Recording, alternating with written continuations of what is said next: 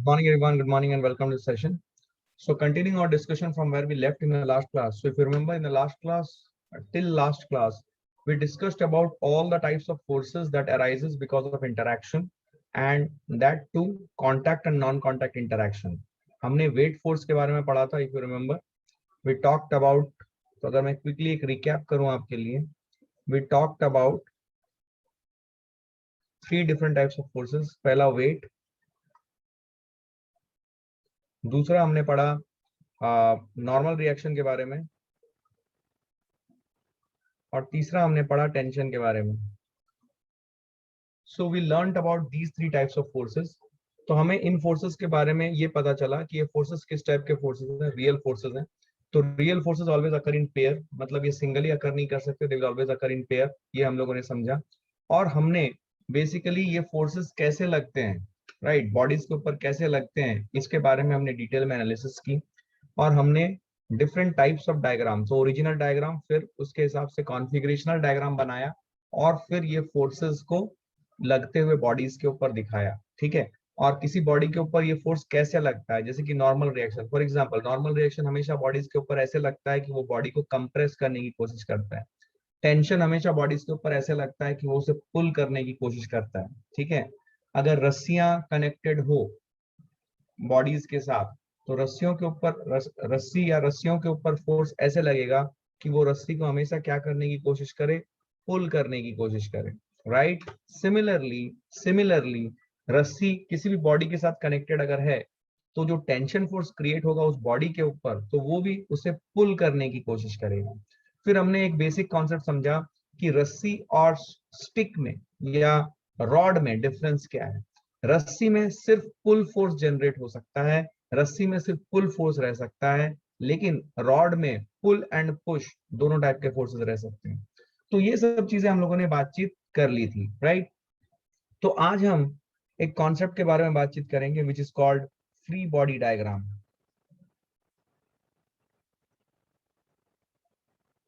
ये बेसिकली कुछ, what is this free body diagram. तो free body diagram basically is a pictorial representation, सब लोग लिखेंगे, is a pictorial representation of all forces acting on the body.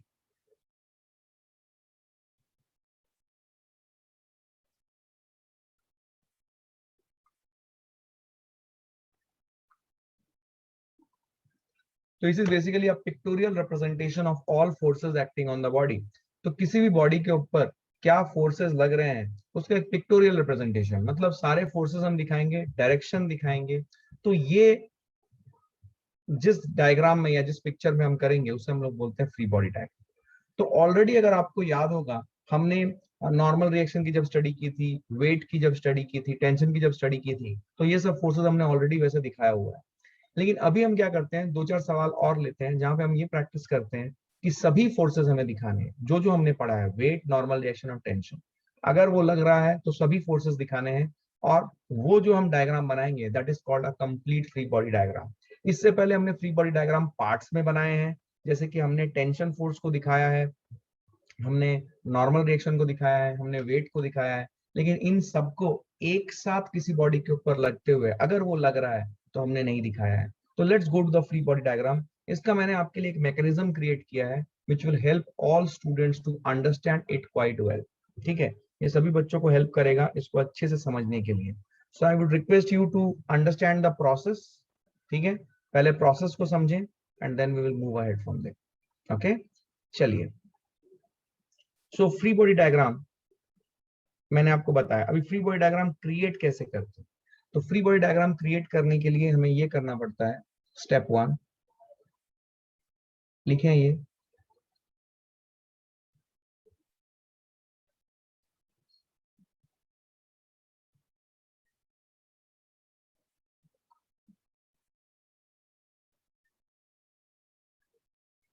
Steps to create free body diagram. ठीक है. तो क्या steps में हम फ्री बॉडी डायग्राम क्रिएट करेंगे. आइए, सबसे पहला step, step 1, identify the body और object whose FBD needs to be drawn. FBD मतलब फ्री बॉडी डायग्राम। तो फ्री बॉडी डायग्राम को इसके बाद मैं हर जगह पे FBD लिखूं, ठीक है। Step 2, identify all interactions that the body is having with other objects or surrounding.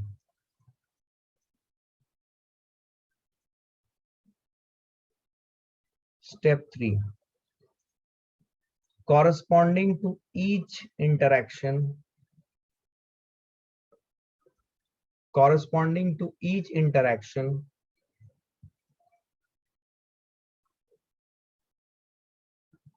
there will be a separate force, ठीक है। Identify the nature of force, ठीक है, मतलब रियल है या नॉट रियल है।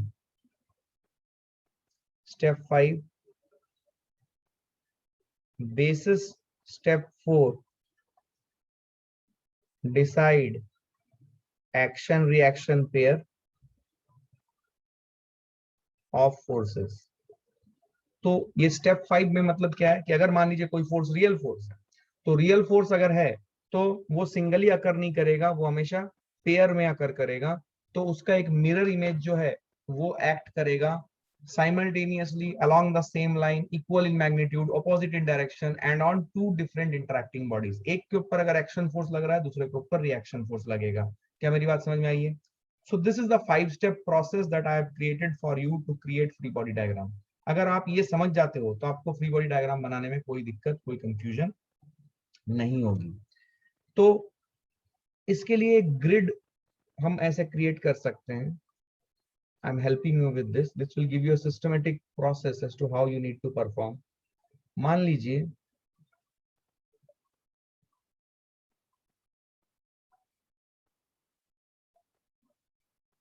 कोई एक बॉडी है जिसका आप एनालिसिस कर रहे हो, बॉडी या ऑब्जेक्ट। अभी ये बॉडी है, इसका इंटरैक्शन, इंटरैक्टिंग विद, यहाँ पे मैं लिख रहा हूं इंटरैक्टिंग विद, किसके साथ इंटरैक्ट कर रहा है? कोई स्ट्रिंग है, सरफेस है, अर्थ है, इन्हीं के साथ इंटरेक्शन हो सकता है। तो इनके साथ इंटरेक्शन के कारण बॉडी से अगर स्ट्रिंग का इंटरेक्शन हो तो कौन सा फोर्स पैदा होता है? टेंशन। बॉडी से सरफेस का इंटरेक्शन हो तो कौन सा फोर्स पैदा होता है? नॉर्मल। बॉडी से अर्थ का इंटरेक्शन हो तो कौन सा फोर्स पैदा होता है? वेट। अब ये होने के बाद इन सभी फोर्सेस की एनालिसिस, टेंशन कैसी फोर्स है? टेंशन रियल फोर्स है, तो इसको रियल लिख रहा हूँ। नॉर्मल रिएक्शन कैसा फोर्स है? रियल फोर्स है। वेट कैसा फोर्स है? रियल फोर्स है। ये सभी फोर्सेस रियल है।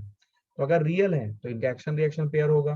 तो इसका मतलब अगर बॉडी और स्ट्रिंग के बीच में इंटरेक्शन हो रहा है तो बॉडी के ऊपर अगर टेंशन लग रहा है तो सिर्फ बॉडी के ऊपर नहीं लगेगा, इसका मिरर इमेज साइमल्टेनियसली अकर होगा और वो स्ट्रिंग के ऊपर भी लगेगा, राइट? और वो स्ट्रिंग के ऊपर भी लगेगा। क्या मेरी बात समझ में आ रही है? सिमिलरली अगर बॉडी का सरफेस के साथ इंटरेक्शन हो रहा है तो नॉर्मल रिएक्शन बॉडी के ऊपर भी लगेगा और सरफेस के ऊपर भी लगेगा।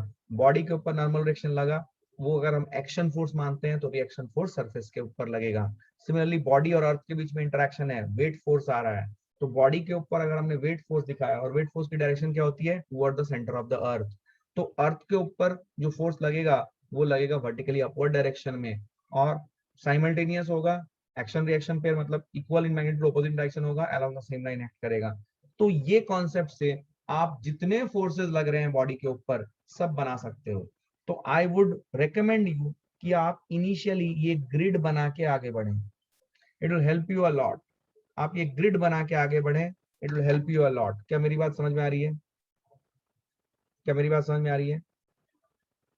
Are you understanding? नहीं आई बात समझ?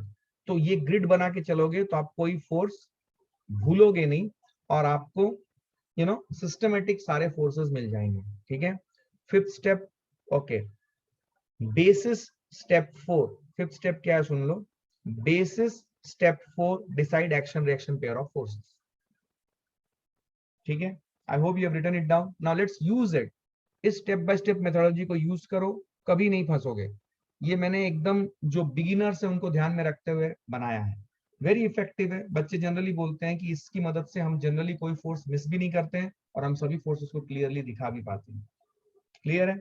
चलिए अब एग्जांपल्स करें, बढ़ूं आगे, बढ़ूं आगे। ओके, सबने स्टेप बाय स्टेप प्रोसेस लिख लिया था, राइट? मैं वहां पे रेफर करूंगा, आपको भी रेफर करना है, सभी स्टेप्स आपने आइडेंटिफाई किए या नहीं। ठीक है, आइए मैं एक बेसिक सवाल से शुरू करता हूँ।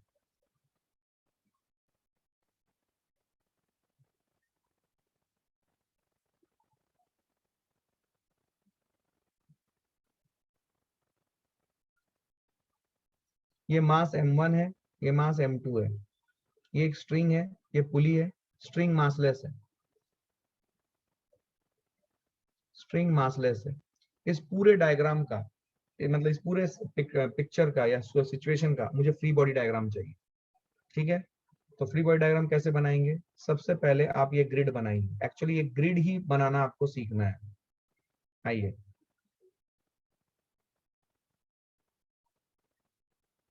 इतना बड़ा नहीं बनाता हूँ।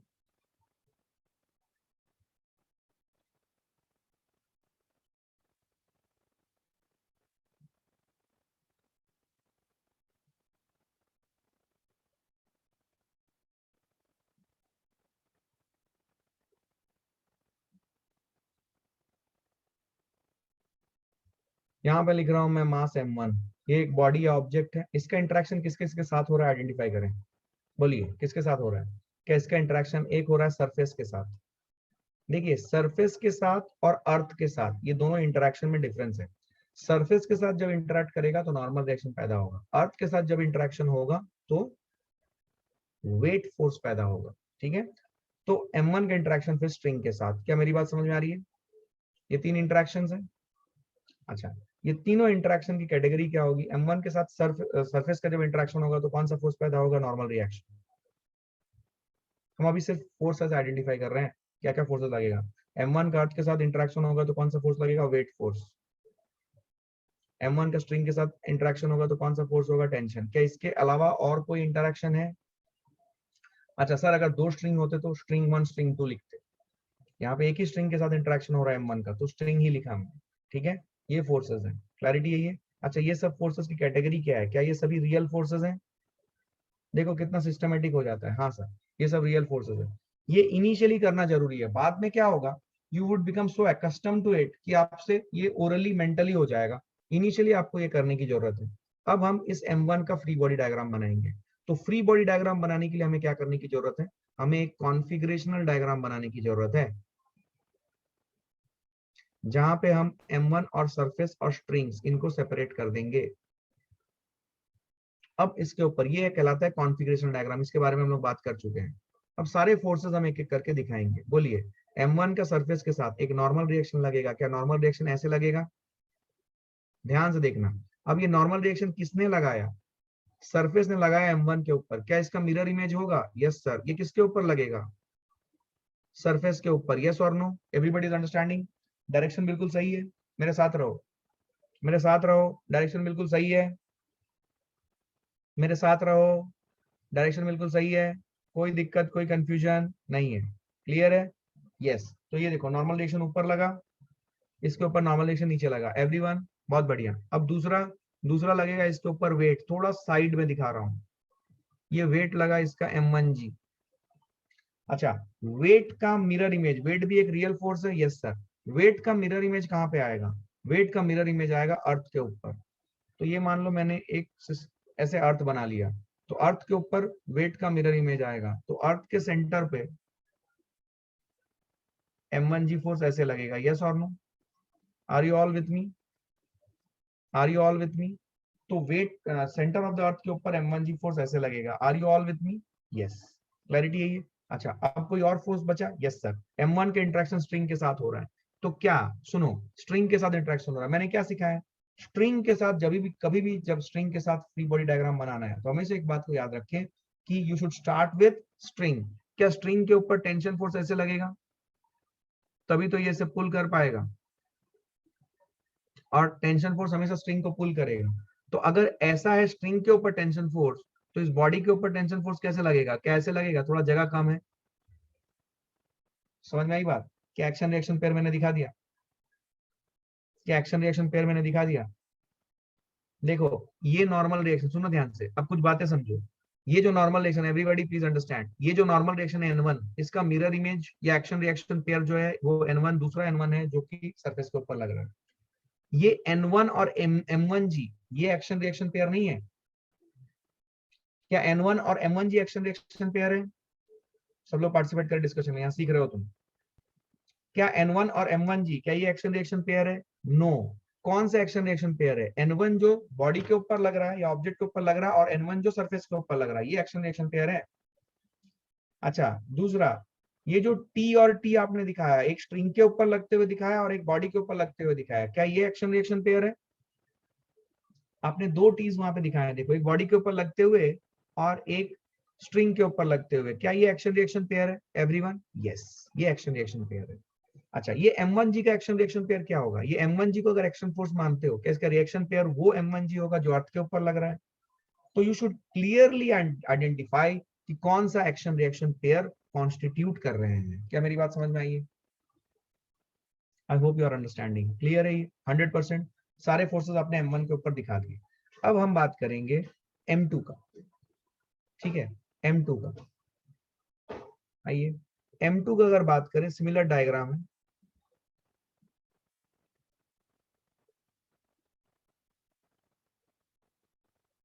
M2 का इंटरेक्शन किसके साथ हो रहा है, बोलो सर? M2 का इंटरेक्शन हो रहा है, बोलो, एक हो रहा है स्ट्रिंग के साथ, दिख रहा है हमें। क्या M2 का कोई भी इंटरेक्शन सरफेस के साथ हो रहा है क्या? नहीं हो रहा है। क्या इसका इंटरेक्शन स्ट्रिंग और अर्थ के साथ ही हो रहा है? बस यही हो रहा है। स्ट्रिंग के साथ जो हो रहा है, इसके कारण क्या पैदा होगा? इसके कारण पैदा होगा टेंशन। और अर्थ के साथ जो इंटरेक्शन, इसके कारण क्या पैदा होगा? इसके कारण पैदा होगा वेट। Very good. अब क्या ये दोनों रियल फोर्सेस है? यस सर, ये रियल फोर्सेस है।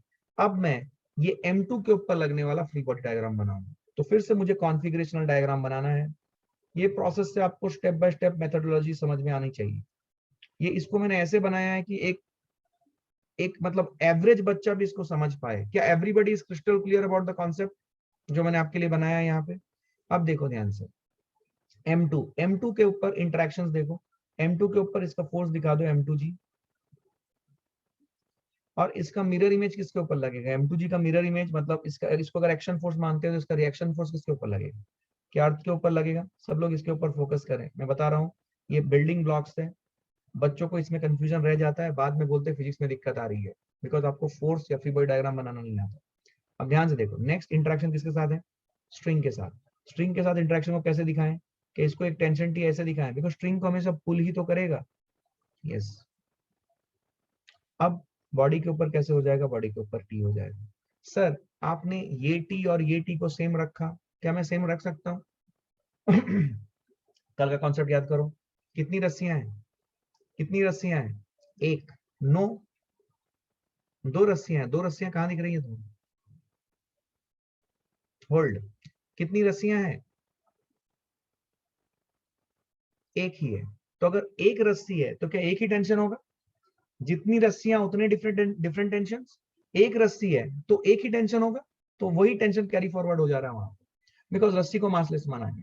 ठीक है, ये असम्पशन के साथ वही टेंशन यहाँ पे कैरी फॉरवर्ड हो जा रहा है। रस्सी को मासलेस मानने के कारण क्यों ऐसा हो रहा है, आपको समझ में आएगा जब हम न्यूटन लॉ लिखना सीखेंगे। क्लैरिटी है ये? I hope you are understanding it. Clear है? ये हो गया। अच्छा, अब देखो, क्या कहानी खत्म हो गई? नहीं, अब कहानी में और चीजें हैं। और क्या कुछ दिख रहा है आपको इंटरेक्शन होते हुए? क्या किसी का दिमाग चल रहा है?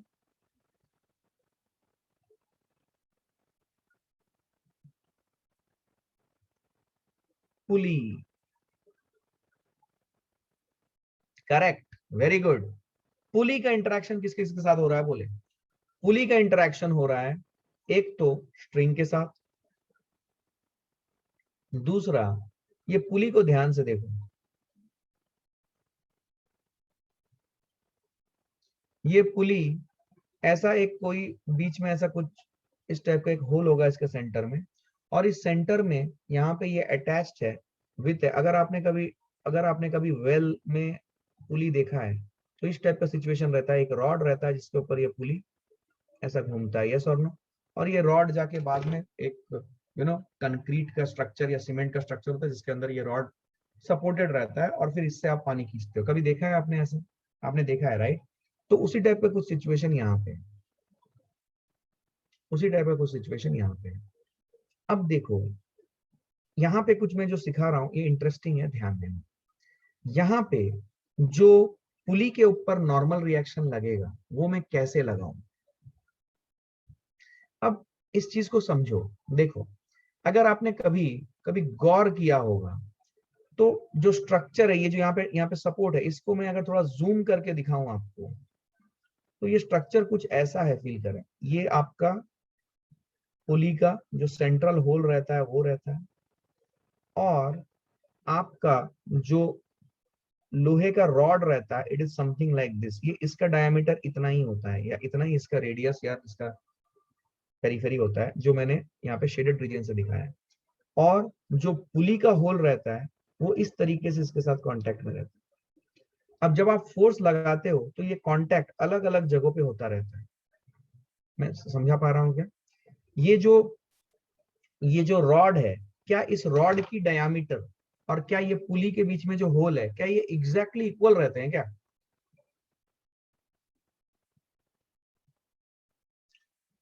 देखो, ये इधर आपने अगर कभी देखा है तो बढ़िया है, नहीं देखा है तो आपको एज्यूम करना पड़ेगा, ठीक है? अगर आपने कभी देखा है गांव में, ठीक है, आप में से बहुत से लोग गांव जाते हो, आपने देखा होगा, तो ये जो पुली का जो सेंट्रल होल है, जिसके थ्रू वो रॉड को हम जिसके थ्रू मतलब उसको हम स्लाइड करा देते हैं उस होल में, ठीक है, रॉड में, उस होल के जरिए।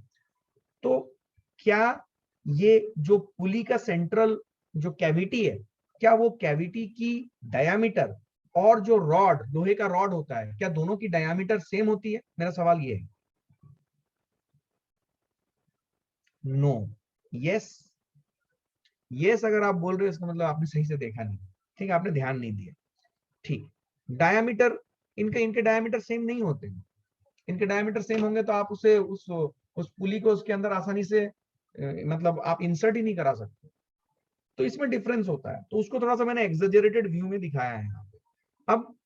अब होता क्या है, सुने ध्यान से, इफ यू रिमेंबर, होता ये है कि जब आप बाल्टी से बाल्टी से मतलब रस्सी से बाल्टी को ऊपर खींचते हो पानी निकालने के लिए, तो ये बेसिकली आपने देखा होगा, जब आप बाल्टी ऊपर उठाते हो तो आपने देखा होगा बहुत आवाज आती है। ये आवाज क्यों आती है?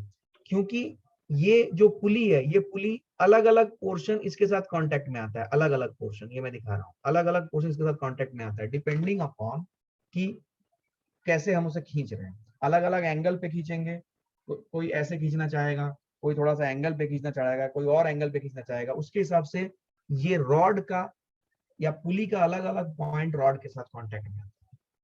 कुछ पॉइंट छूट जाता है, कुछ पॉइंट रॉड के कांटेक्ट में आता है, कांटेक्ट पे आते वक्त वो टकराता है, तो खट खट खट खट आवाज होता है। इसके कारण ही जब आप खींचते हो रस्सी को तो पुली में आवाज आती है। आपने कभी भी कुएं से पानी निकाला है तो क्या बिना एकदम कोई एक सिंगल आवाज ना निकाल के एकदम साइलेंट क्या आपने पानी निकाला है? कुछ आवाज आता है, आपने देखा होगा। वो इसके कारण आता है, फ्रिक्शन भी होता है बट इसके कारण आता है। क्या मेरी बात समझ में आ रही है? तो मैं यहाँ पे ये बोलना चाहता हूँ कि यहाँ पे जो पॉइंट कांटेक्ट में आ रहा है वो अलग अलग पॉइंट कांटेक्ट में आ रहा है। तो यहाँ पे अगर मुझे पुली का स्ट्रिंग के साथ इंटरेक्शन, तो मुझे पता है पुली का रॉड के साथ जो इंटरेक्शन हो रहा है, सपोर्ट रॉड, इसको मैं लिखता हूँ सपोर्ट रॉड, इसके कारण जो इंटरेक्शन हो रहा है, इसके कारण कौन सा फोर्स पैदा होगा? स्ट्रिंग के कारण पैदा होगा टेंशन, ये हमें समझ में आता है। इसके कारण पैदा होगा नॉर्मल रिएक्शन, बिकॉज दो सर्फेसेस कांटेक्ट में है।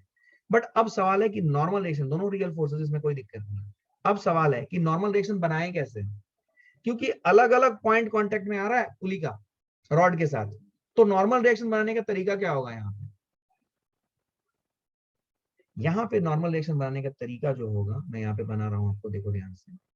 ये पुली है, देखिए पुली मासलेस है, इसलिए अर्थ के साथ कोई इंटरेक्शन नहीं है।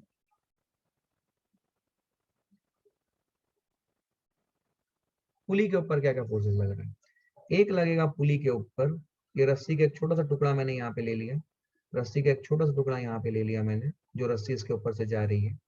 अब देखो इसके ऊपर, बिकॉज टेंशन फोर्स हमेशा पुल ही करेगा रस्सी को, तो टी और टी रहा। टी क्यों आएगा, टी क्यों आएगा, क्योंकि एक ही रस्सी है तो टेंशन टी रहा। दूसरा, यहाँ पे नॉर्मल रिएक्शन जनरेट होगा, एक होगा नॉर्मल रिएक्शन वर्टिकल, एक होगा नॉर्मल रिएक्शन हॉरिजॉन्टल। इसको फील करो, ये आपको समझ में आनी चाहिए। एक होगा नॉर्मल रिएक्शन वर्टिकल, एक होगा नॉर्मल रिएक्शन हॉरिजॉन्टल। ये देखो, ये बन गया आपका कंप्लीट फ्री बॉडी डायग्राम। अब आप लॉजिकली समझ सकते हो, इस टेंशन टी को बैलेंस कर रहा है ये नॉर्मल रिएक्शन वर्टिकल, और इस टेंशन टी को हॉरिजॉन्टल वाले को बैलेंस कर रहा है नॉर्मल रिएक्शन हॉरिजॉन्टल। ये हम आपको सिखाएंगे अभी थोड़ी देर के बाद, जब हम न्यूटन्स का फर्स्ट लॉ पढ़ेंगे, कि अगर बॉडी के ऊपर नेट फोर्स जीरो है तो बॉडी की एक्सेलरेशन भी जीरो है। अगर बॉडी की एक्सेलरेशन जीरो है, कॉरस्पॉन्डिंगली हम बोलेंगे कि बॉडी के ऊपर नेट फोर्स जीरो है। ये होता है न्यूटन का second law, sorry first law. तो उसमें हम इसके मैथमेटिकल पार्ट को समझेंगे। क्या आपने इस डायग्राम का कंप्लीट फ्री बॉडी डायग्राम बनाया है? मैंने कंप्लीट एनालिसिस दी है, क्या बात समझ में आई है? ये नॉर्मल रिएक्शन के हमने दो टुकड़े क्यों किए, अगर मैं आपसे पूछूं, लॉजिकल सोच के बताना, नॉर्मल रिएक्शन के दो टुकड़े यहाँ पे क्यों किए? क्योंकि सर जो कांटेक्ट हो रहा है वो अलग अलग जगहों पे हो रहा है, तो it is very difficult to say कि नॉर्मल रिएक्शन किधर लग रहा है, क्योंकि जैसे जैसे हम इसे खींचते हैं तो नॉर्मल रिएक्शन अलग अलग जगह पे लग रहा है। तो इसीलिए हमने इसके दो कंपोनेंट बना दिए। क्या ये बात समझ में आ रही है? ये बात समझ में आ रही है? सारे फोर्सेस दिखा दिया। This is the method of creating free body diagram. Are you feeling a bit comfortable? एक और क्वेश्चन प्रैक्टिस में ले, एक और क्वेश्चन प्रैक्टिस में ले। सर दोनों के मिरर इमेजेस बनेंगे? बिल्कुल बनेंगे। इसका मिरर इमेज कहाँ पे आएगा? ये रियल फोर्स है तो इसका मिरर इमेज बनेगा भाई। इसका मिरर इमेज कहाँ पे आएगा? इसका मिरर इमेज आएगा इस रॉड पे। अब सोचो, ये रॉड को बनाता हूं मैं यहाँ, गुड क्वेश्चन आस्क्ड।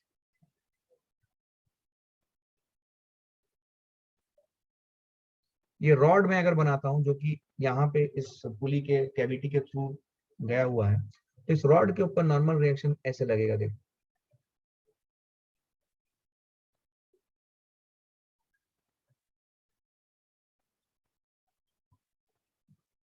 देखो, ये एनवी का मिरर इमेज एनवी लगा यहाँ, इस एनएच का मिरर इमेज एनएच लगा। देखो अपोजिट डायरेक्शन में लग रहे हैं दोनों, दोनों डिफरेंट इंटरेक्टिंग बॉडीज पे लग रहे हैं, अपोजिट डायरेक्शन में लग रहे हैं। क्या चमका है एवरीवन? बिल्कुल बनेंगे। Very good question asked, good. क्या क्लैरिटी है? क्या आपको ये समझ में आया? एकदम क्रिस्टल क्लियर होना चाहिए ये कॉन्सेप्ट। क्या क्लियर है? क्या आपको जो स्टेप बाय स्टेप मेथोडोलॉजी मैंने बताई है, क्या आप उसे फॉलो करके फ्री बॉडी डायग्राम बना सकते हो? क्लियर है ये? गुड। चलो आगे बढ़ते हैं। आओ होनहारो, एकदम कॉन्सेप्ट क्लियर हुआ है ना? कॉन्फिडेंस आया? हाँ सर बना लेंगे, अभी क्या है, आ जाओ। चलो एक और सवाल मैं आपको देता हूं, इसे बना के दिखाओ। इसका फ्री बॉडी डायग्राम चाहिए मुझे।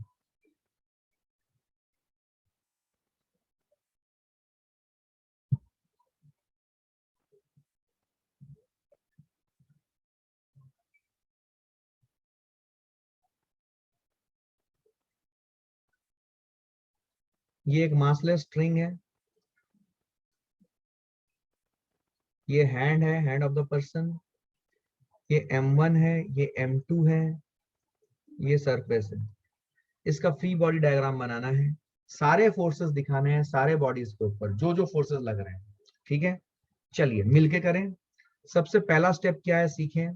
सबसे पहला स्टेप है एक ग्रिड बनाना, मैंने आपको सिखाया है, बनाइए वो ग्रिड।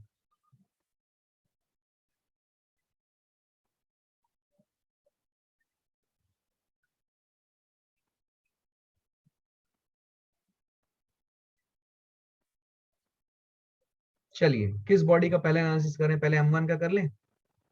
बोलिए M1 के इंटरेक्शन किसके साथ हो रहा है? M1 के इंटरेक्शन एक हो रहा है सरफेस के साथ, जो M1 और M2 के बीच का सरफेस, इसको मैं बोल रहा हूं, देखो ये जो इनके बीच का कॉन्टेक्ट सरफेस है, इसको मैं बोल रहा हूँ सरफेस 1। और M2 और ग्राउंड के बीच का जो कॉन्टेक्ट है, इसको मैं बोल रहा हूँ surface 2। Everyone, I hope you are understanding. तो M1 के इंटरेक्शन सरफेस 1 के साथ हो रहा है, M1 के इंटरेक्शन अर्थ के साथ हो रहा है, और कोई इंटरेक्शन M1 के किसी के साथ, और कोई इंटरेक्शन M1 के किसी के साथ, और कोई इंटरेक्शन नहीं है। समझ में आ रही बात? तो M1 का सरफेस 1 के साथ इंटरेक्शन के कारण क्या पैदा होगा? Normal reaction. M1 का अर्थ के साथ इंटरेक्शन के कारण क्या पैदा होगा? वेट। Very good. क्या ये दोनों रियल फोर्सेस हैं? Yes, both are real. क्या ये दोनों रियल फोर्सेस हैं? हाँ, दोनों रियल फोर्सेस हैं। ठीक है, नो और कोई इंटरेक्शन? अच्छा, आप कोई अलग क्वेश्चन का जवाब दे रहे थे, ठीक है, कोई बात नहीं। M1 का सरफेस 1 के साथ, M1 का अर्थ के साथ, तो M1 का सरफेस 1 के साथ नॉर्मल रिएक्शन, M1 का अर्थ के साथ वेट। अब इसका फ्री बॉडी डायग्राम बनाए M1 का, तो M1 का फ्री बॉडी डायग्राम अगर बनाए, क्या ऐसे बनाना पड़ेगा M1, और ये M2 को मैं थोड़ा सा सेपरेट करके दिखा रहा हूं, समझे प्लीज ध्यान से। यहाँ पे जगह थोड़ा मेरे लिए कम है, आपके पास जगह की कोई कमी नहीं है, सुने ध्यान से। अब इसके ऊपर फोर्स लगाते हैं। पहला इसका फोर्स लगेगा M1G। अच्छा, इसका मिरर इमेज कहाँ पे लगेगा? क्या इसका मिरर इमेज अर्थ के ऊपर लगेगा? और कहां से लगेगा? क्या अर्थ के सेंटर से लगेगा? और ये M1G की डायरेक्शन क्या है? Is it toward the centre of the अर्थ? क्या मैं डाउन बोलता हूं या सेंटर ऑफ द अर्थ बोलता हूं? जल्दी बोले, पार्टिसिपेट करें, फास्ट, क्विकली, थोड़ा फास्ट प्लीज। मैंने बहुत अच्छे से इस प्रोसेस को बनाया है आपके लिए, एकदम इसमें डाइकोटॉमी नहीं रखी है, एकदम। अगर ये समझ में आ गया ना बॉस, तुम्हारा मैं बोल रहा हूँ बहुत बड़ा लोड खत्म हो जाएगा, तो प्लीज पार्टिसिपेट करो, ठीक है। M1G, अच्छा, बहुत बढ़िया। अब बोलो, M1G का जो सरफेस 1 के साथ इंटरेक्शन है, उसके कारण कौन सा फोर्स पैदा होगा? नॉर्मल रिएक्शन 1 से। ये देखो, ये मैंने लिखा है N1, नॉर्मल रिएक्शन। ये किसके ऊपर लग रहा है? ये लग रहा है M1 के ऊपर। अच्छा, इसका मिरर इमेज किसके ऊपर लगेगा? N1 is a real force, तो इसका मिरर इमेज आएगा। N1 का मिरर इमेज किसके ऊपर लगेगा?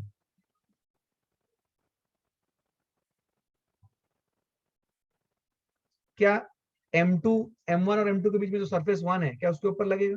ये लगा दिया। तो ये जो सरफेस के ऊपर जो लग रहा है, बेसिकली ये M2 बॉडी है, तो ये M2 के ऊपर लग रहा है, राइट? इसमें कोई कंफ्यूजन नहीं है। सर आपने बोला सरफेस के ऊपर लग रहा है, फिर आपने बोला M2 के ऊपर लग रहा है। अरे ये सरफेस, जो सरफेस है, क्या ये अर्थ का सरफेस है या M2 का सरफेस है? M2 का सरफेस है, तो क्या नॉर्मल रिएक्शन N1 M2 के ऊपर लग रहा है? करेक्ट। क्लैरिटी है? क्लैरिटी है? Everyone understood? गुड। अब हम देखते हैं M2 के बारे में। M2 का अगर हम देखेंगे, M2 का इंटरेक्शन किसके किसके साथ हो रहा है? सब लोग ध्यान दें, इस ग्रिड को अच्छे से बनाएं, इसमें कॉपी बचाने के पीछे ना जाएं। पहले इस प्रोसेस को मास्टरी करें, स्पीड अपने आप आ जाएगा। प्रोसेस अगर मास्टर कर लिया हो आपने, तो M2 का इंटरेक्शन किसके साथ हो रहा है? क्या M2 का इंटरेक्शन एक हो रहा है सरफेस 1 के साथ, दूसरा सरफेस 2 के साथ, तीसरा अर्थ के साथ, हो गया? या और भी कुछ बचा है? बचा है सर। क्या स्ट्रिंग के साथ भी हो रहा है इंटरेक्शन? देखो, एक स्ट्रिंग है, मासलेस स्ट्रिंग। क्या M2 का इंटरेक्शन स्ट्रिंग के साथ हो रहा है? बोलो बोलो बोलो एवरीवन, मेरे साथ हो? यस। बोलो, M2 का सरफेस 1 के साथ जो इंटरेक्शन है, M2 का इंटरेक्शन जो सरफेस 1, मतलब ये बेसिकली M1 के साथ इंटरेक्शन है, M1 के सरफेस के साथ, राइट? उसके कारण कौन सा फोर्स पैदा होगा? Normal reaction. मैं इसका डायग्राम सेपरेटली बनाऊंगा, ठीक है, इसका डायग्राम मैं सेपरेटली बनाऊंगा। M2 का इंटरेक्शन सरफेस 2 के साथ, इसमें भी एक नॉर्मल रिएक्शन पैदा होगा। क्या ये दोनों नॉर्मल रिएक्शन सेम है? नहीं। जैसे, सुनना, जैसे जितनी रस्सियां उतने डिफरेंट टेंशंस, वैसे ही याद करो, नॉर्मल रिएक्शन में मैं लिखा था जितने कांटेक्ट सरफेसेस उतने डिफरेंट नॉर्मल रिएक्शंस। यस और नो? याद है? तो इसको मैं N1 N2 नाम दूंगा। अगर पहले N1 दिया तो इसको N2 नाम दूंगा, N3 नाम दूंगा, जो भी दूंगा, लेकिन अलग करूंगा, N1 नहीं रखूंगा। चमका क्या? हाँ सर। अच्छा, M2 का अर्थ के साथ इंटरेक्शन, वेट। M2 का स्ट्रिंग के साथ इंटरेक्शन, टेंशन। अब मैं M2 का फ्री बॉडी डायग्राम बनाऊंगा। वैसे मेरे पास जगह कम है, मैं यहीं पे बना सकता था, बट थोड़ा सा किचबिच हो जाएगा। मैं थोड़ा सा इसी के अंदर थोड़ा सा गड़बड़ घोटाला करके करता हूँ, ठीक है ना, ताकि एक जगह पे हो जाए, है ना, क्योंकि स्पेस बचाना जरूरी है। ये देखो, ये मैं M2 को थोड़ा सा छोटा कर देता हूँ, बस, और कुछ नहीं, ताकि मेरे को थोड़ा सा स्पेस मिल जाए। ठीक है, ये है मेरा M2। चलो इंटरेक्शन दिखाते हैं। देखो, ऑलरेडी ये N1 जो मैंने बोला है, सरफेस 1 के साथ इंटरेक्शन, नॉर्मल रिएक्शन N1, ये मैंने ऑलरेडी दिखा दिया है यहाँ पे, तो इसको फिर से रिक्रिएट करने की जरूरत नहीं है। क्या आपको समझ में आ रही है एवरीवन? हाँ। अब दूसरा फोर्स क्या है M2 का? M2G। इसका मिरर इमेज कहाँ पे लगेगा? इसका मिरर इमेज लगेगा अर्थ के सेंटर पे M2G। I hope you are understanding this. उसके बाद टेंशन फोर्स इसके ऊपर ऐसा लगेगा। क्यों ऐसा कैसे बता दिया आपने? क्योंकि हम स्ट्रिंग को बनाएंगे पहले, तो स्ट्रिंग के ऊपर टेंशन टेंशन जो होगा वो ऐसा होगा कि ये स्ट्रिंग को पुल करे। तो स्ट्रिंग के ऊपर अगर टेंशन टी ऐसा होगा तो इसके ऊपर टेंशन टी ऐसा होगा, बिकॉज ये दोनों एक्शन रिएक्शन पेयर है। आई होप ऐसा वैसा जो मैंने बोला वो आपको समझ में आया है, या और अच्छे से बोलूं? क्या मैंने हमेशा आपको सिखाया है कि सबसे पहले स्ट्रिंग से स्टार्ट करें जब भी टेंशन फोर्स की डायरेक्शन हो? स्ट्रिंग पे ऊपर टेंशन फोर्स ऐसा लगेगा कि वो हमेशा टेंशन फोर्स स्ट्रिंग को पुल करेगा। तो स्ट्रिंग को पुल करेगा। इनफैक्ट किसी भी बॉडी के साथ जब टेंशन फोर्स किसी भी बॉडी के ऊपर अगर लगता है तो उस बॉडी को वो हमेशा पुल करेगा। अगर वो रस्सी के जरिए, रस्सी मतलब स्ट्रिंग, वायर, रोप, इनके जरिए, अगर स्टिक के जरिए है तो पुल और पुश दोनों हो सकता है। याद आ रहा है? तो हमने इस स्ट्रिंग के ऊपर टेंशन फोर्स लगा दी। अब इसका मिरर इमेज हमने इस बॉडी के ऊपर लगा। क्लियर है?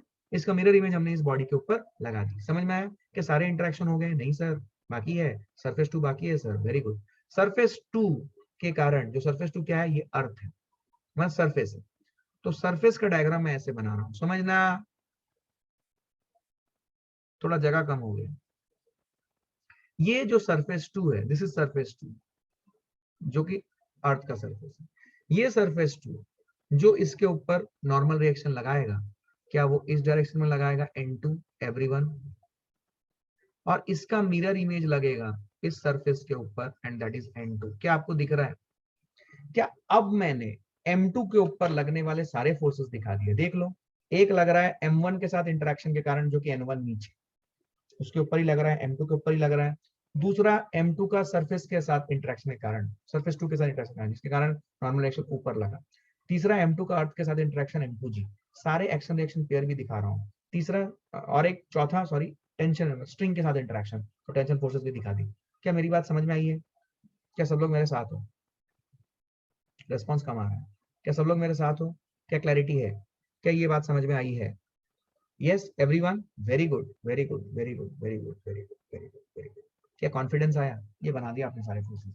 अच्छा, और अभी कोई बचा है कि किसी का इंटरेक्शन और बचा हुआ है?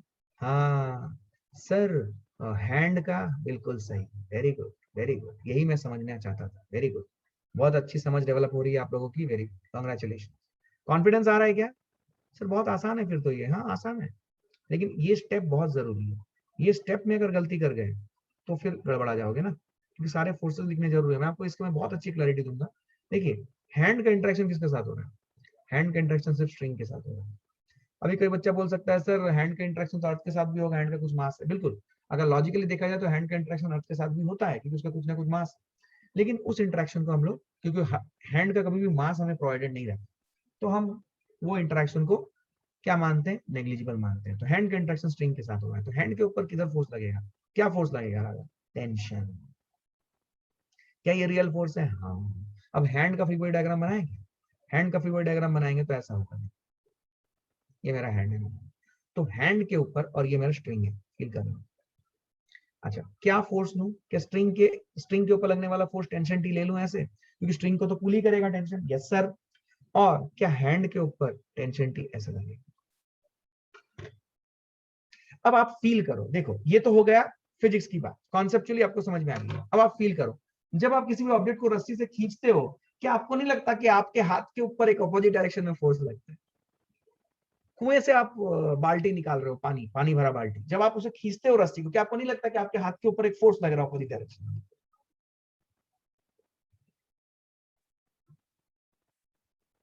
नेचर को अच्छे से ऑब्जर्व किया नहीं है तुम लोगों ने लाइफ में कभी भी, मतलब सब चीजें तुम्हारे लिए normal.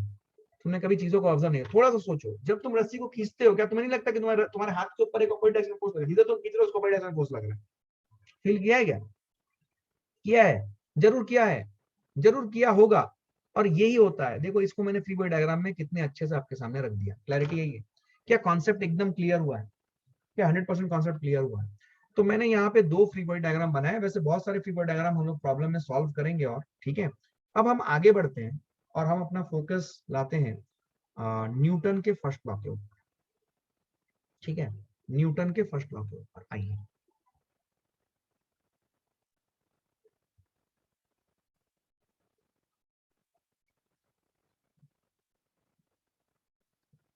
Okay, just a moment. Okay, now we are coming to Newton's first law. तो आप सीक्वेंस देखिए, सबसे पहले मैंने आपको फोर्सेस के बारे में बताया, उसके बाद मैंने फ्री बॉडी डायग्राम के बारे में आपको अच्छे से बताया। फ्री बॉडी डायग्राम सीखने के बाद अब आप आ रहे हो न्यूटन्स के फर्स्ट लॉ। तो न्यूटन्स का फर्स्ट लॉ क्या बोलता है?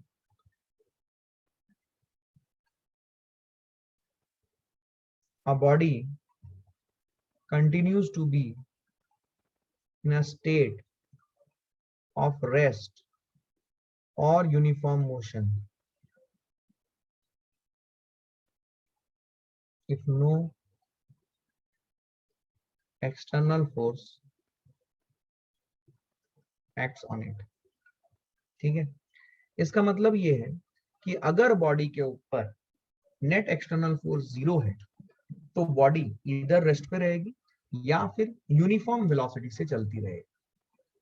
अगर वो यूनिफॉर्म वेलोसिटी में पहले थी, इनिशियल कंडीशन अगर वो इनिशियल वेलोसिटी में थी तो वो इनिशियल वेलोसिटी में ही चलती रहेगी, और अगर वो इनिशियली रेस्ट पे थी तो वो हमेशा रेस्ट पे रहेगी अगर उस बॉडी के ऊपर कोई भी नेट एक्सटर्नल फोर्स नहीं लग रहा है तो। This is what is Newton's first law. इसको हम लोग लॉ ऑफ इनर्शिया भी बोलते हैं।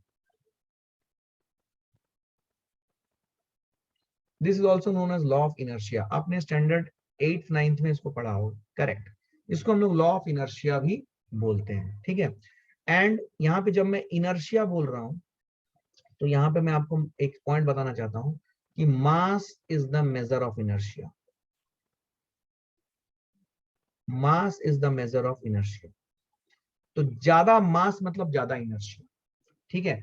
तो जितना ज्यादा इनर्शिया होगा उतना ज्यादा उसकी स्टबननेस प्रॉपर्टी बढ़ जाती है। स्टबननेस, स्टबननेस मतलब ढीठ स्वभाव। अगर एक बहुत हैवी ऑब्जेक्ट है और वो रुका हुआ है तो उसको चलाना बहुत डिफिकल्ट है, और अगर वो चल रहा है तो उसको रोकना बहुत डिफिकल्ट है। एक बेसिक एग्जांपल लो, एक कार, कार को आपको धक्का देके चलाना है, बहुत डिफिकल्ट है, लेकिन एक बार वो चल गया तो उसे रोकना और वो भी डिफिकल्ट है। So law of inertia is the mass of the measure of inertia. ज्यादा मास है तो ज्यादा इनर्शिया है, ठीक है। तो ये एक कॉन्सेप्ट है जो कि आपको समझना है। ये एक्सपेरिमेंटल है, वेरीफाइड, एक्सपेरिमेंटली वेरीफाइड। इसका कोई ऐसा मतलब अथॉरिटी प्रूव नहीं है, but it is experimentally verified, ठीक है। ज्यादा मास होगा तो उसका ज्यादा इनर्शिया होगा। इनर्शिया मतलब property by which it tends to remain there only, मतलब स्टबननेस प्रॉपर्टी। तो जितना ज्यादा मास होगा उतना ज्यादा इनर्शिया होगा। I hope you are understanding this, ठीक है। अब देखें, ये जो मैंने आपको यहाँ पे लिखा है, जो स्टेटमेंट 1 लिखा है, इसको मैथमेटिकली कैसे लिखें? मैथमेटिकली, क्योंकि हमें स्टेटमेंट तो कभी कभी हमसे सवाल पूछ लेते हैं स्टेटमेंट बेसिस में, बट मैथमेटिकली मतलब उसका एनालिसिस ही हमारे लिए ज्यादा इंपॉर्टेंट होता है। सुनिए ध्यान से, मैथमेटिकली इसको लिखेंगे, अगर बॉडी के ऊपर net force, net external force 0 है, ठीक है, देन बॉडी की एक्सेलरेशन 0 है। क्योंकि बॉडी अगर रेस्ट पे है या बॉडी यूनिफॉर्म मोशन पे चल रही है तो ये दोनों ही केस क्या है? 0 एक्सेलरेशन के।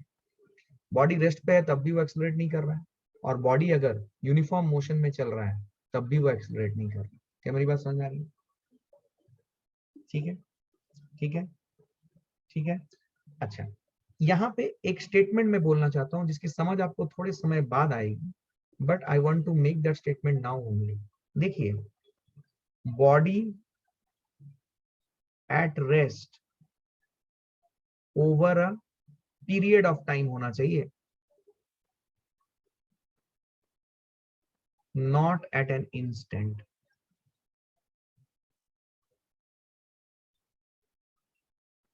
body at uniform motion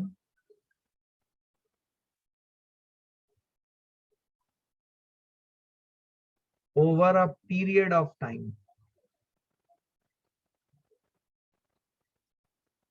and not at an instant।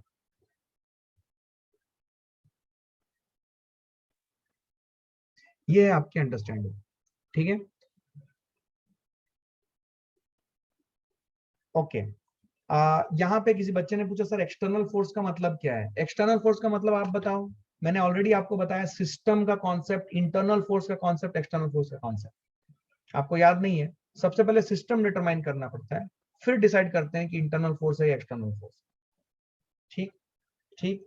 So mathematically F अगर 0 हो तो ए भी 0 होगा।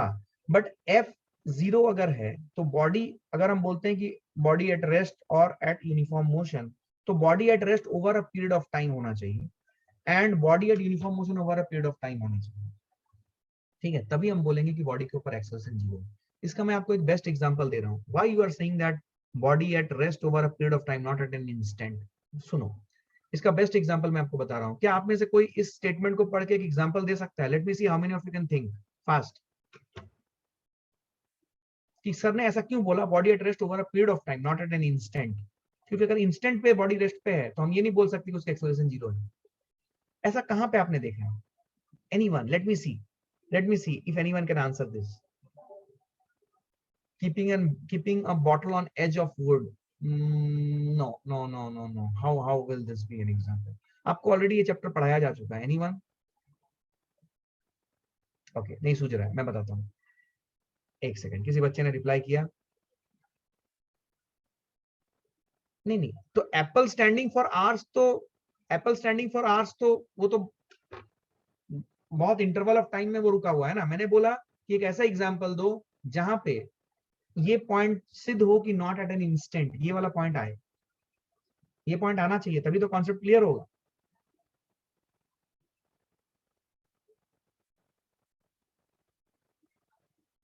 अरे वाह Pranav, very good, I like it.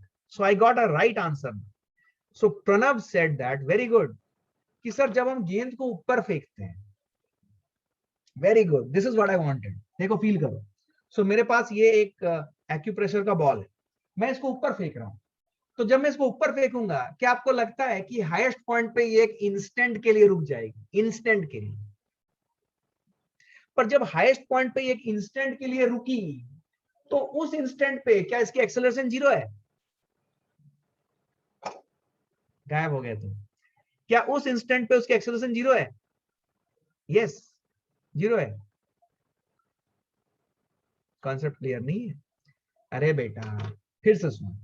तूने ये गेंद को ऊपर फेंका, ये देख, तो एक इंस्टेंट के लिए वो रुका हाईएस्ट पॉइंट पे जब उसकी वेलोसिटी 0 हुई। तो उसकी velocity 0, body at rest I. But this is rest is for an instant, not for an interval of time. अब बता, जब वहां पे रेस्ट पे आई, क्या उसकी एक्सेलरेशन 0 थी? एक्सेलरेशन 0 नहीं थी। G was acting on it. G will always act. G कहां जाएगा? तो इसीलिए मैंने लिखाया है कि बॉडी अगर रेस्ट पे है, over N extended period of time होना चाहिए, इंटरवल ऑफ टाइम होना चाहिए। ऐसा नहीं कि body at rest over an instant हो। अगर ओवर एन इंस्टेंट हुआ है, at an instant, sorry, over an instant नहीं, एट एन इंस्टेंट बॉडी की वेलोसिटी 0 है, तो उस इंस्टेंट पे हो सकता है कि एक्सेलरेशन हो, जैसे कि हमने बॉडी को ऊपर फेंका है। लेकिन अगर बॉडी एक इंटरवल ऑफ टाइम पे 0 वेलोसिटी पे है, तो ये डेफिनेट है कि उसके ऊपर एफ नेट एक्सटर्नल 0 है। क्या मेरी बात समझ आई? This is a very important point है, इसके ऊपर ऑब्जेक्टिव के सवाल आएंगे। क्या आपको समझ में आई बात कि इंस्टेंट पे नहीं होना चाहिए बॉस, इंटरवल पे होना चाहिए? क्या बात समझ, इंटरवल समझ रहे हो? एक duration of time. I hope you are understanding what I am trying to say. Everybody, हर बच्चे को एकदम क्लैरिटी आ रही है? ठीक है, अब देखो, ये है वेक्टर फॉर्म।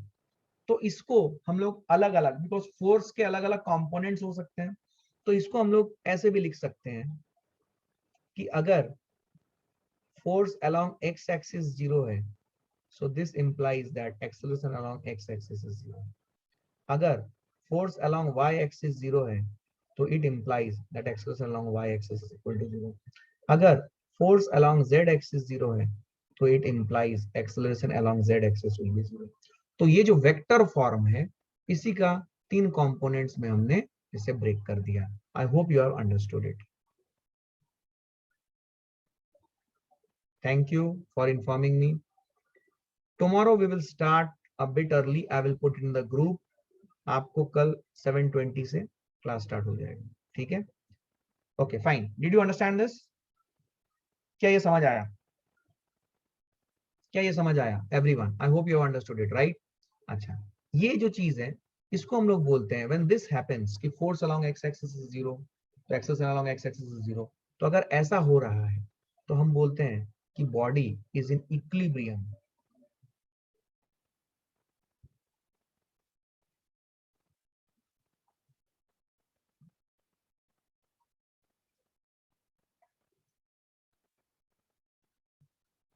अगर फोर्स अलोंग वाई एक्सिस 0 है तो we will say that body, पूरा नहीं लिख रहा है, अगर ये हो रहा है तो वी विल से, अब ऐसा पॉसिबल है कि बॉडी किसी एक डायरेक्शन में इक्विलिब्रियम पे हो, किसी अदर डायरेक्शन में, मतलब X Y and Z axis में, मान लो एक्स एंड वाई एक्सिस बात करें, मोस्ट ऑफ द प्रॉब्लम आप एक्स एंड वाई एक्सिस में सॉल्व करोगे, तो ऐसा पॉसिबल है कि body along X axis equilibrium में हो, अलोंग वाई एक्सिस इक्विलिब्रियम में ना हो, अलोंग वाई एक्सिस इक्विलिब्रियम में हो, अलोंग एक्स एक्सिस इक्विलिब्रियम में ना हो, ये पॉसिबल है। तो एवरीथिंग विल डिपेंड अपॉन क्या उस डायरेक्शन में कोई नेट फोर्स है या नहीं। ठीक है, तो अगर उस डायरेक्शन में नेट फोर्स है तो एक्सेलरेशन होगी, और अगर नेट फोर्स नहीं है तो एक्सेलरेशन नहीं होगी। ठीक है, और एक्सेलरेशन जीरो बोलने के लिए हमें बॉडी एट रेस्ट और uniform velocity over a period of time या ड्यूरेशन ऑफ टाइम हमें देखनी पड़ेगी, नॉट एट एन इंस्टेंट। ये समझ में आई? ये बहुत गहरी बात थी।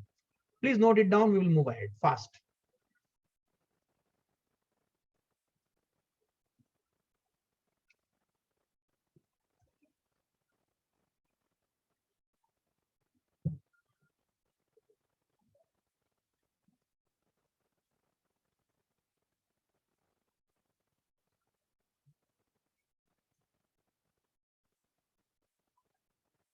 ठीक है, आइए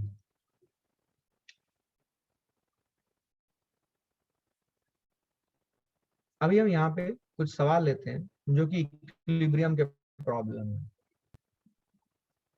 सपोज मैं आपको एक सरफेस देता हूँ, एकदम बेसिक सवालों से शुरू कर रहे हैं, घबराइएगा नहीं।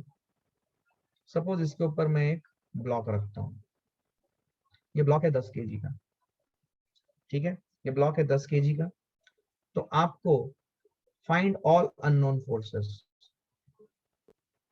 जो भी अननोन फोर्सेस है सब निकालने हैं। तो आपको डिसाइड करना है क्या अननोन फोर्सेस है और उसे निकालना है। एक मिनट ट्राई करो and then we will discuss fast everyone.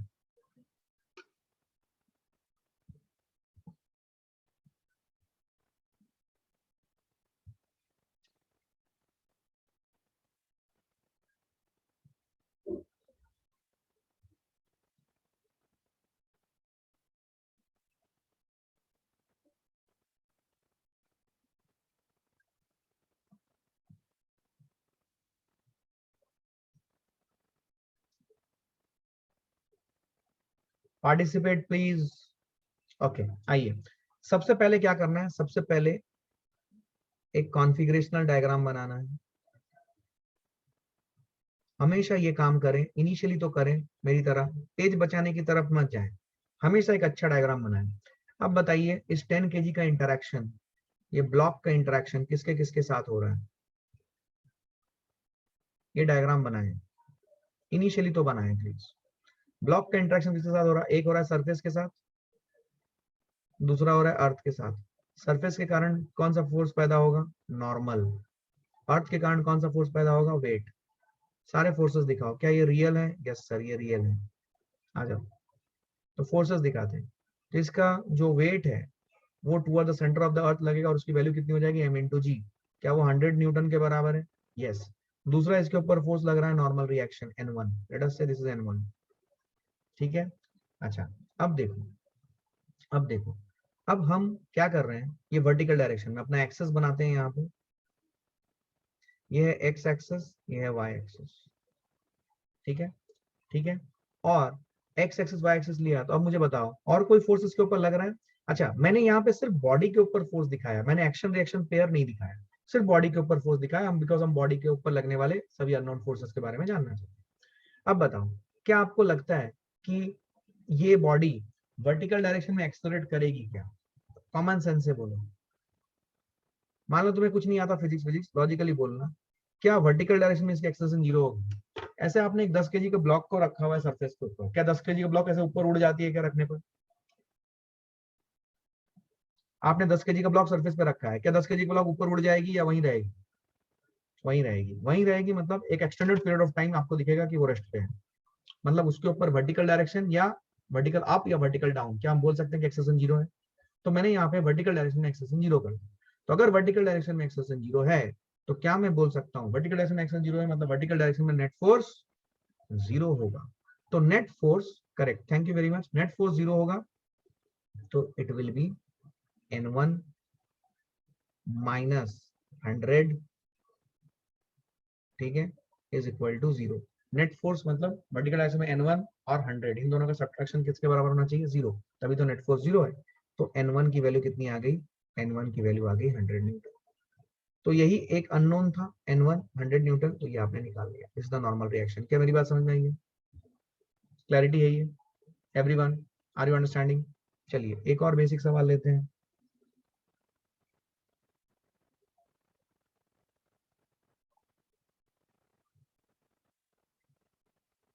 ये एक 10 kg का ब्लॉक है, ये एक 2 kg का block. Find all unknown forces, find all unknowns. Okay, find all unknowns. आइए मिलके करते हैं। बताओ, कॉन्फ़िगरेशन डायग्राम पहले बनाओ। ये 2 kg का है, ये 10 kg का है, ये अर्थ है। पहले ये काम करना है। बोलो 2 kg का इंटरेक्शन, अभी मैं डायग्राम नहीं बना रहा हूँ, बना दूं क्या? बना देते। 2 kg का इंटरेक्शन किसके किसके साथ हो रहा है? बोलो। एक हो रहा है सरफेस के साथ, एक हो रहा है अर्थ के साथ। सरफेस के साथ के कारण नॉर्मल, अर्थ के साथ वेट, दोनों रियल फोर्सेस है, राइट? चलो दिखाते हैं। ये वेट कितना? 20 न्यूटन। ये नॉर्मल रिएक्शन N1। क्या नॉर्मल रिएक्शन का मिरर इमेज यहाँ पे लगेगा? हाँ। और ये वेट का मिरर इमेज कहाँ पे लगेगा? अर्थ के ऊपर लगेगा। बट अर्थ के ऊपर हमें फोर्सेस नहीं चाहिए, हमें इन बॉडीज के ऊपर फोर्सेस चाहिए। तो फिर मैं सिर्फ ये N1 दिखा रहा हूँ। इस पॉइंट को फिर से रिपीट कर रहा हूँ, मुझे अर्थ के ऊपर लगने वाले फोर्सेस नहीं चाहिए, मुझे इन बॉडीज के ऊपर लगने वाले सारे अननोन चाहिए। तो मैं बॉडीज के ऊपर सारे जो मिरर इमेजेस आएंगे वो दिखा दूंगा, अर्थ के ऊपर नहीं दिखा रहा हूँ। ठीक, ठीक, समझ में आई बात मैंने क्या बोला? नहीं आई? फिर से सुनोगे क्या? फिर से सुनोगे? मुझे इन बॉडीज के ऊपर क्या अननोन फोर्सेस है वो चाहिए, इसलिए इन बॉडीज के ऊपर जो भी मिरर इमेज आएगा फोर्स का वो दिखा दूंगा, अर्थ के ऊपर नहीं दिखा रहा हूं, क्योंकि मुझे अर्थ के ऊपर लगने वाले फोर्सेस नहीं चाहिए। इस पॉइंट को थोड़ा सोचें, क्योंकि फिर बच्चा बोलता है 2 दिन के बाद, सर आपने यहाँ पे अर्थ नहीं बनाया, सर वहां पे तो फोर्स लगेगा। अरे बेटा, यहाँ पे रिक्वायरमेंट नहीं है। क्या लगेगा? बिल्कुल लगेगा, लेकिन मैं यहाँ पे नहीं बना रहा हूँ। बनाना है तो बना लो, टाइम बर्बाद होगा। यस और नो? यस और no? Are you understanding what I am trying to say? ये 100 न्यूटन इसका वेट लगा। ये 10 केजी का ब्लॉक देखो। अभी 10 केजी का ब्लॉक का इंटरेक्शन किसके साथ हो रहा है? बोलो। 10 केजी का ब्लॉक का इंटरेक्शन एक तो होगा 2 केजी के ब्लॉक के साथ, जिसके कारण नॉर्मल रिएक्शन N लिख रहा हूं। उसके बाद ये सरफेस के साथ, अर्थ सरफेस के साथ इंटरेक्शन होगा, उसके कारण भी एक नॉर्मल रिएक्शन। ठीक है, ये N1 बोल रहा हूं तो ये N2 बोल रहा हूं, मान लो। उसके बाद इसका इंटरेक्शन अर्थ के साथ, तो इसके कारण इसका वेट होगा। क्या यही इंटरेक्शन होंगे everyone? I hope all of you written down. Thank you, thank you, thank you. Okay, okay, okay. सब लोगों ने अपनी घड़ी की स्पीड बढ़ा दी, बहुत बढ़िया। अलग अलग टाइम आ रहा है। 100 न्यूटन देखो ध्यान से। अभी इसके ऊपर नॉर्मल रिएक्शन क्या लगेगा भाई? इसके ऊपर नॉर्मल रिएक्शन लगेगा N2 इधर, सॉरी, और इस N2 का मिरर इमेज लगेगा अर्थ सरफेस के ऊपर। बट अर्थ सरफेस के ऊपर भी हमें फोर्सेस निकालनी नहीं है, तो मैं अर्थ सरफेस या टेबल टॉप के ऊपर भी नहीं दिखा रहा हूँ ये नॉर्मल रिएक्शन का मिरर इमेज, क्योंकि मुझे उसके ऊपर निकालना नहीं था। अब बोलो, अब हमारा एक्सेस है ऐसा, ये है मेरा हॉरिजॉन्टल एक्सेस और ये मेरा वर्टिकल एक्सेस। अब बोलो, अगर मैं 2 केजी ब्लॉक को देख रहा हूँ, क्या लगता है आपको 2 केजी ब्लॉक की एक्सेलरेशन क्या होगी? क्या कुछ एक्सेलरेशन होगी? नहीं। ऐसा रखा हुआ है तो क्या वो ऐसे ही रखा हुआ रहेगा? आपका लॉजिक क्या बोलता है? आपका लॉजिक क्या बोलता है? कैसे रखा हुआ रहेगा? अब बोलो, ये 2 केजी ब्लॉक का अगर मैं नेट फोर्स जीरो करूं वर्टिकल डायरेक्शन में, वर्टिकल डायरेक्शन में, तो क्या ये हो जाएगा N1 minus 20, will it be equal to zero? क्या इससे N1 की वैल्यू 20 न्यूटन आ गई? एवरीवन, खत्म हो गया। क्या क्लैरिटी है ये? अब 10 केजी ब्लॉक के ऊपर फोकस करो। 10 केजी ब्लॉक के ऊपर वर्टिकल डायरेक्शन में नेट फोर्स, क्या ये हो जाएगा N2 minus N1 minus 100 equal to zero? तो N2 की वैल्यू आ जाएगी N1 प्लस 100। N1 की वैल्यू कितनी है? 20, 20 प्लस 100, क्या ये 120 आ रहा है? क्या मेरी बात समझ में आ रही है? तो आपने दोनों अननोन निकाल दिए। नॉर्मल रिएक्शन तो 2 kg ब्लॉक के ऊपर लग रहा है, नॉर्मल रिएक्शन तो 10 kg ब्लॉक के ऊपर लग रहा है। बोलो चमका क्यों?